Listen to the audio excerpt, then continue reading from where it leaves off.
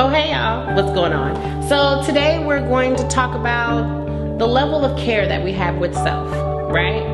So when you see yourself in the mirror, you see something. You see a person, you see a situation, you see a circumstance, and based on what you see is how you act. It's what you accept and it's what you tolerate. Be not deceived about any of that, it's the truth. Every time you make a decision, every time you make a move, you're showing yourself some type of treatment from yourself, right? So example, if I have a group of friends and they're dope people in my world, I'm showing myself love by the decisions that I've made to partake with those people. But say I hurt myself and I continue to make the decision to hurt myself, I'm showing myself, hey, I don't really care about you. I don't really like what you do. I don't really like how you do it.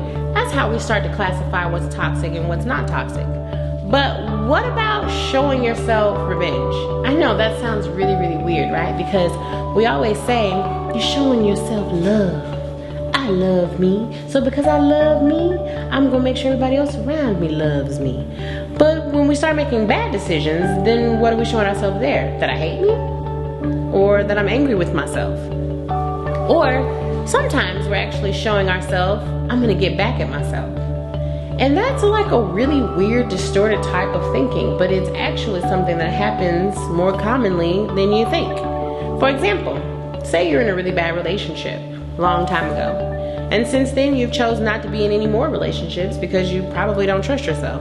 You made a bad decision, then you kind of just want to steer clear of that. But what happens when you start making those decisions again? You start doubting yourself.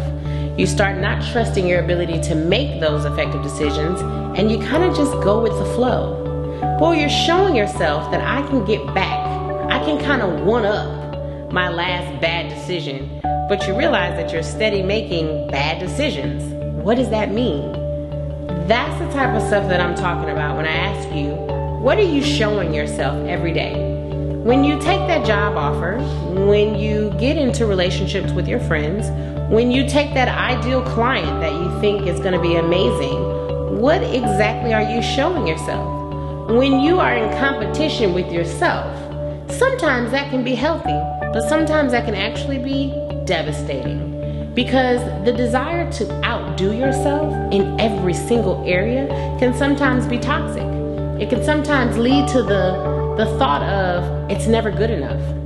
I'm a perfectionist. I am, making this thing happen so that I can prove to myself I'm going to outdo me. You sometimes have to think about, can I really outdo myself? Should I really be in competition with myself? I mean, I certainly shouldn't be in competition with anybody else, but should I be competing with me? I mean, let's think about it realistically. If I do something that was really, really great last year, say I base that on an annual revenue, well, next year I want to triple that. Are you actually interfering with the progression of that process? Are you actually going harder than you should? Are you actually fighting with yourself? Are you actually making decisions for the dollar instead of making the decisions for why you started your company to begin with? Because you're outdoing yourself. Sometimes what we think is a very healthy behavior is actually very toxic for ourselves. Just like team no sleep. That's actually really, really a negative behavior.